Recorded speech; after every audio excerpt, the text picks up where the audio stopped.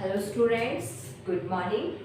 So in this video lecture I will start 10th class biology chapter 6 life processes. तो बच्चों life processes हम कर रहे हैं, इसमें ये पार्ट आपका थर्ड रहेगा life processes.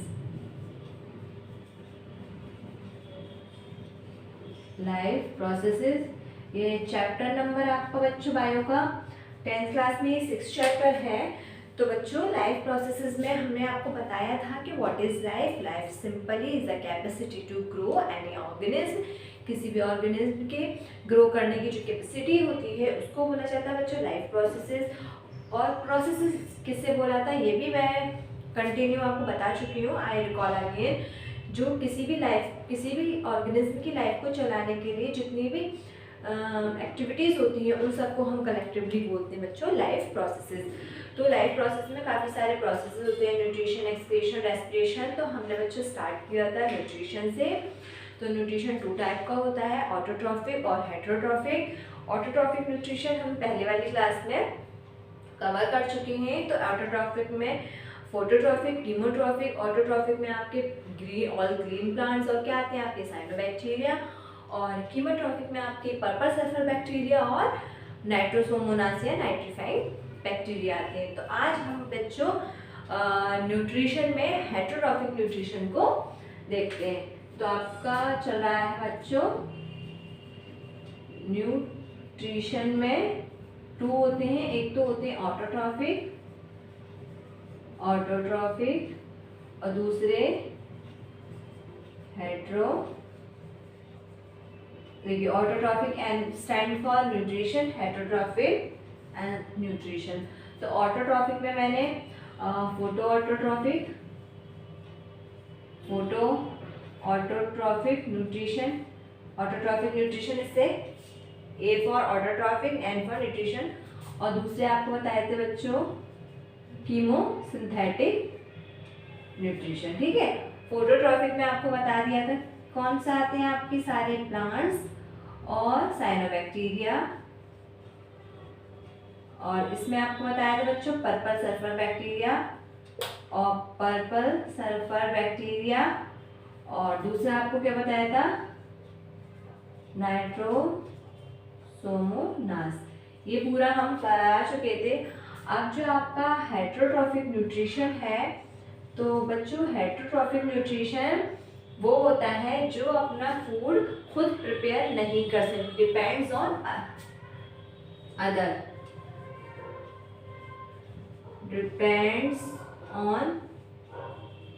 Other for their food. मतलब अपने फूड के लिए क्या करते हैं, दूसरों पे ये डिपेंड करते हैं। तो बच्चों जो ये हेटेरोट्रॉफिक न्यूट्रिशन होता है इसमें ये क्या होता है, ये डिपेंड्स करते हैं अपने फूड के लिए दूसरे पर। तो इसमें 3 कैटेगरीज होती हैं। एक होते हैं बच्चों पैरासाइट, दूसरे होते हैं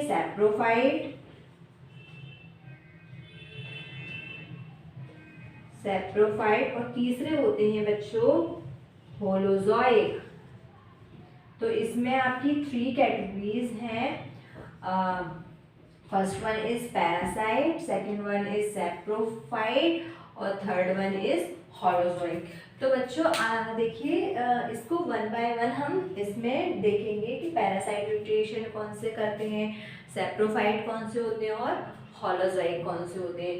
तो बच्चों जो ये पैरासाइट्स होते हैं ये ऐसे ऑर्गेनिज्म होते हैं जो किसी दूसरे की बॉडी पर ही रह के अपना न्यूट्रिशन वहाँ से लेते हैं। और अनदर कैटेगरीज आती है इसमें सैप्रोफाइट्स की। सैप्रोफाइट जो डेड एंड डिके पे ही ग्रो करते हैं और वहीं से अपना न्यूट्रिएंट्स लेते हैं। आपने देखा होगा कि जब भी कभी आप डो लगाते हैं आटे का, मतलब रोटी बनाने के लिए, तो उस जो आटे का डो हमने लगाया, आटा गूंदा, अगर उसको कुछ टाइम के लिए रख दो 1-2 दिन, तो वो फ्लफी सा हो जाता है। तो उसके अंदर क्या करता है, फंगस और बैक्टीरिया ग्रो कर जाते हैं। वो क्या करते हैं, उनको सड़ाते हैं और सड़ा के उसके ऑर्गेनिक फॉर्म से इनऑर्गेनिक फॉर्म्स में लेके आते हैं और वहाँ से क्या करते हैं, न्यूट्रिएंट्स लेके खुद को और ग्रो कराते जाते हैं। तो अगर इस टाइप का न्यूट्रिशन किसी में हो रहा है तो उसको बोलते हैं हम सैप्रोफिटिक न्यूट्रिशन। और होलोजोइक में हम सभी क्या आते हैं, एनिमल्स आते हैं। वो क्या करते हैं, एनिमल्स वगैरह किसी भी फूड को डायरेक्टली खा लेते हैं, मतलब हमें उस फूड को पकड़ने के लिए, चबाने के लिए, तोड़ने के लिए, काटने के लिए किसी और की नीड नहीं होती। देखिए हमने उस फूड को प्रिपेयर किया, बनाया, जैसे कि हमने आटे का डो लगाया, आटा गूंदा, चपाती रोटी जो भी बनाई, उसको फिर मतलब शेप देके उसको प्रॉपर बेला, फिर बनाया, फिर उसका एक टुकड़ा पीस करा, उसको खाया, चबाया। ये तो ये सारे प्रोसेस हम खुद ही कर रहे हैं, इसमें किसी दूसरे का इन्वॉल्वमेंट नहीं हुआ।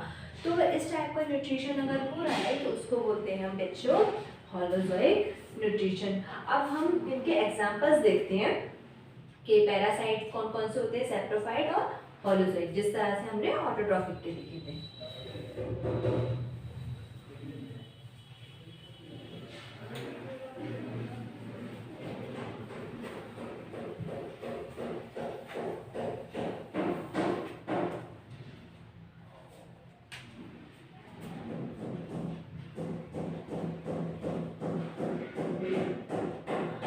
न्यूट्रिशन में हमारा ऑटोट्रॉफिक न्यूट्रिशन और दूसरा हमारा हेटरोट्रॉफिक न्यूट्रिशन। इसमें 3 होते हैं, कौन कौन से, सैप्रोफाइट,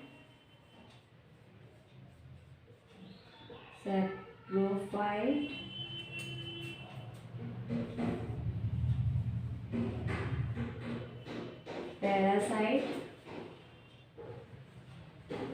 और होलोजोइक।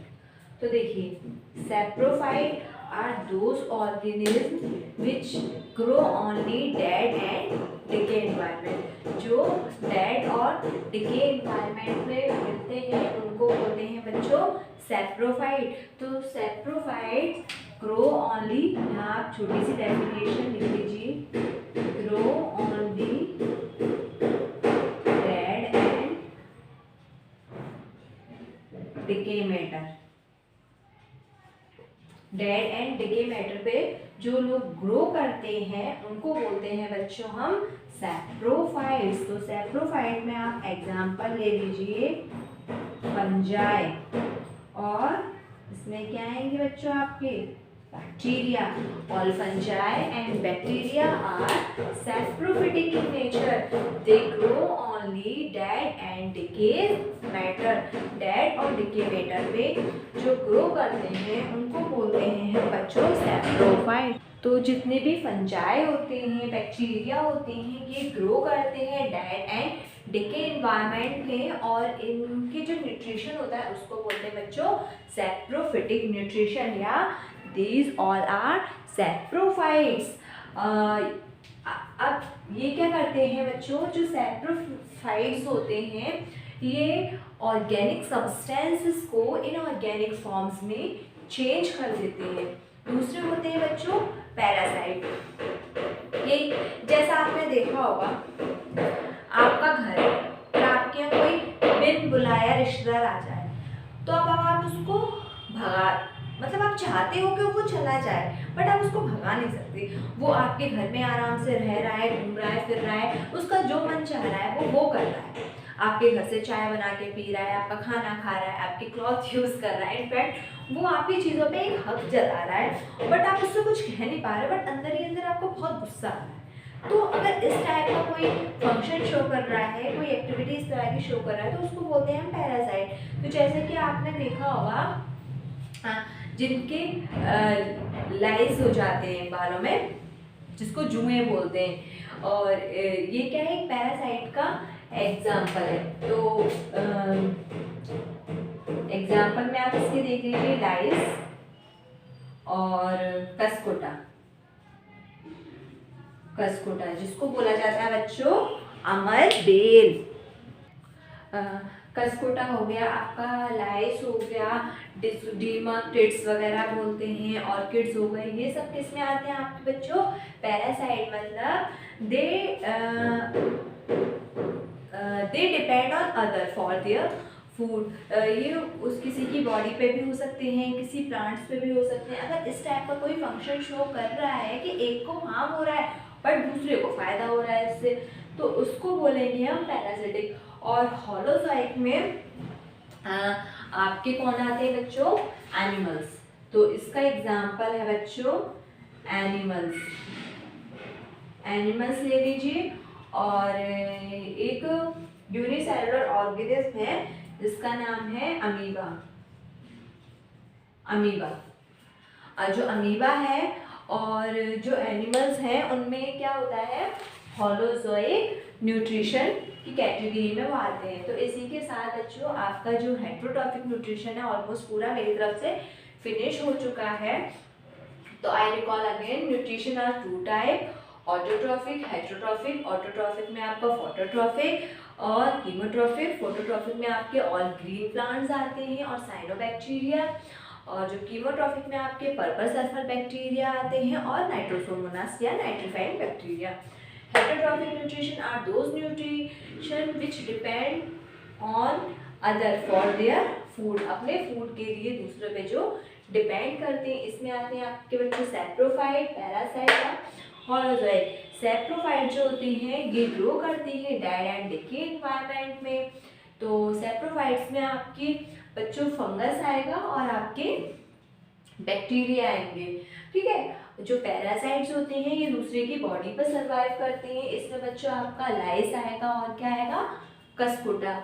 और जो होलोजोइक होते हैं अपने फूड के लिए खुद, इसमें किसी का इन्वॉल्वमेंट नहीं होता, खुद ही फूड खा लेते हैं। इसमें आपके आते हैं बच्चों एनिमल्स और अमीबिया। तो ये आपका हेट्रोट्रॉफिक न्यूट्रिशन भी ऑलमोस्ट पूरा कवर हो चुका है।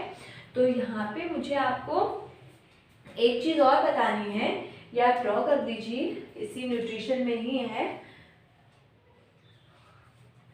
ये ड्रॉ कर लीजिए डायग्राम को आप। सैप्रोफाइट्स में आपके फंजाई, बैक्टीरिया, इनके एग्जाम्पल बहुत इंपॉर्टेंट है बच्चों। ये इंपॉर्टेंट मार्क करिए आप, ये जितने भी मैंने आपको एग्जाम्पल्स करा रही हूँ ना, ये सभी बहुत इंपॉर्टेंट है। तो सैप्रोफाइट में फंजाई बैक्टीरिया, और पैरासाइट में लाइस और कस्कुटा, होलोजोइक में एनिमल्स और amoeba.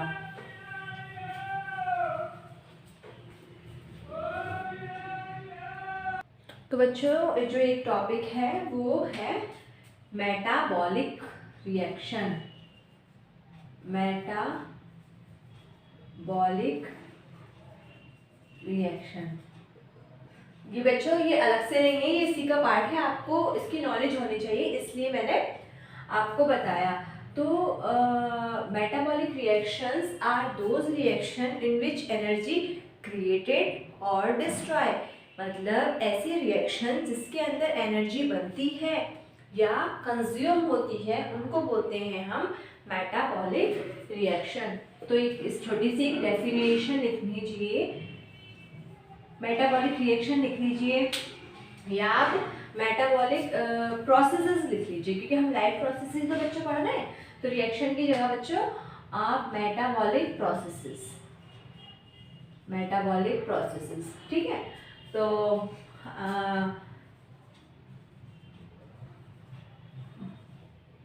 Metabolic processes are those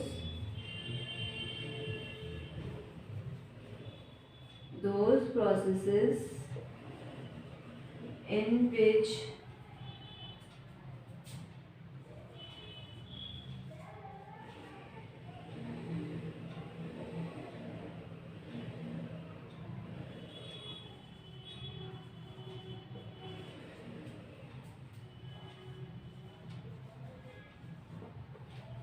देखिए, metabolic processes are those processes in which energy created और डिस्ट्रॉय। मतलब मेटाबॉलिक प्रोसेसेस एक ऐसे प्रोसेस होते हैं जिनमें या तो एनर्जी को बनती है या एनर्जी होती है वो क्या होती है? डिस्ट्रॉय होती है। मतलब डिस्ट्रॉय की जगह आप रिलीज कर दीजिए, या तो बनती है या क्या करती है बच्चों? रिलीज करती है।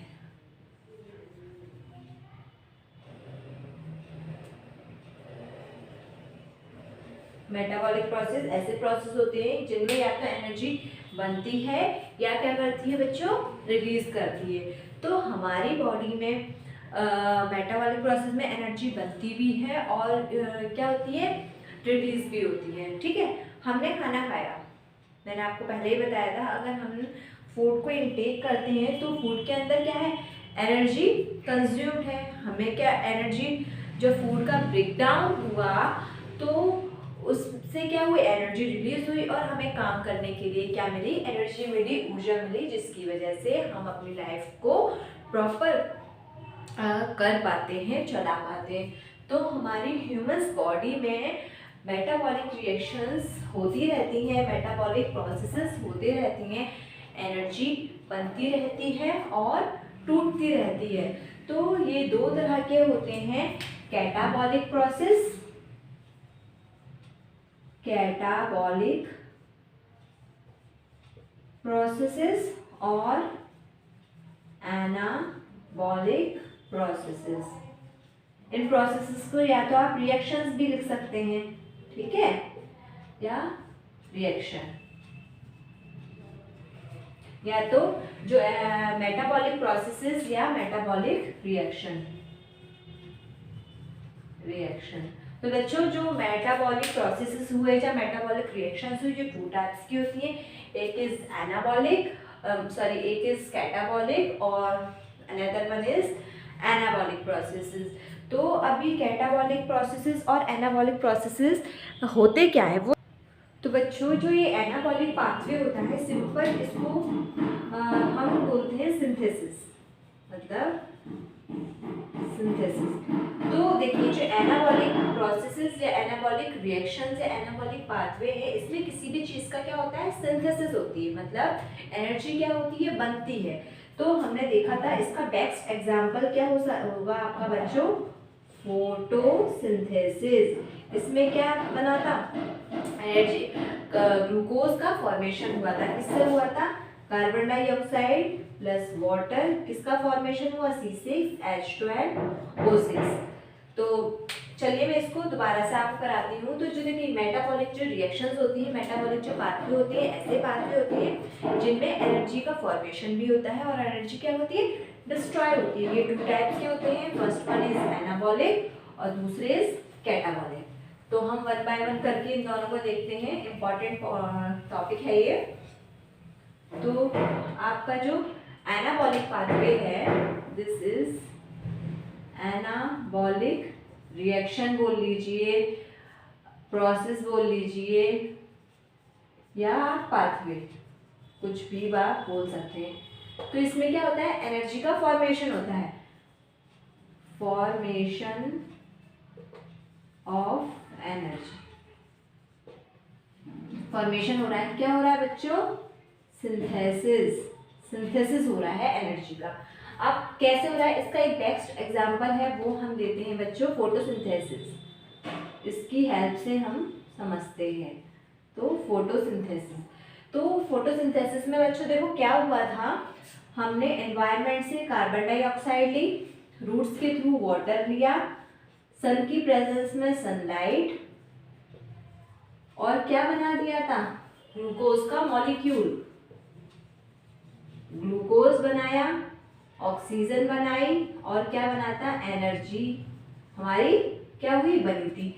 तो ये ग्लूकोज, इसको तो यूटिलाइज किया किसने बच्चों, इसको यूटिलाइज किया बच्चों प्लांट्स ने, और ऑक्सीजन को यूटिलाइज किसने किया, हम ह्यूमन बींग्स, या आप लिख सकते हो एनिमल्स ने। और एनर्जी का इसमें क्या हुआ बच्चों, फॉर्मेशन हुआ, मतलब बनी, एनर्जी क्या हुई, बनी। तो जिसमें सिंथेसिस होता है, जिसमें एनर्जी का फॉर्मेशन होता है, उसको बोलते हैं बच्चों एनाबॉलिक पाथवे। ठीक है, ये फोटोसिंथेसिस का एग्जांपल है। और दूसरी सेकंड वन आती है कैटाबॉलिक रिएक्शन कह लो, प्रोसेसेस कह लीजिए या पाथवे कह लीजिए, पाथवे। इसमें क्या होता है, एनर्जी होती है वो क्या करती है, ब्रेक डाउन करती है। जैसे कि अब हमारा ग्लूकोज का मॉलिक्यूल है C6H12O6, इसको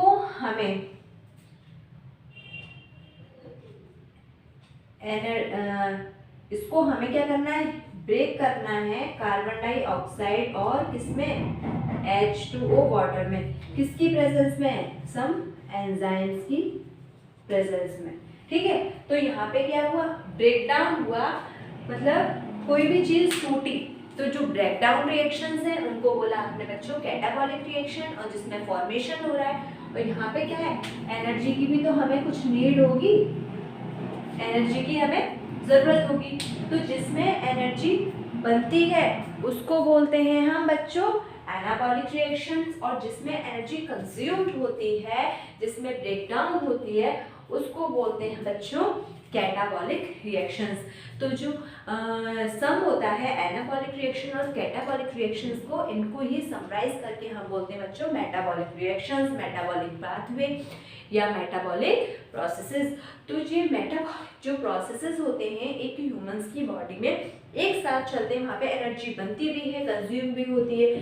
तो इस तरह से आपका जो न्यूट्रिशन के अंदर आपका ऑटोट्रॉफिक हेटरोट्रॉफिक न्यूट्रिशन आपका ऑलमोस्ट पूरा कवर हो चुका है, और इसका नेक्स्ट पार्ट बचा है ह्यूमंस में न्यूट्रिशन, तो उसको हम बच्चों नेक्स्ट वीडियो लेक्चर में स्टार्ट करेंगे। जब तक के लिए थैंक यू सो मच।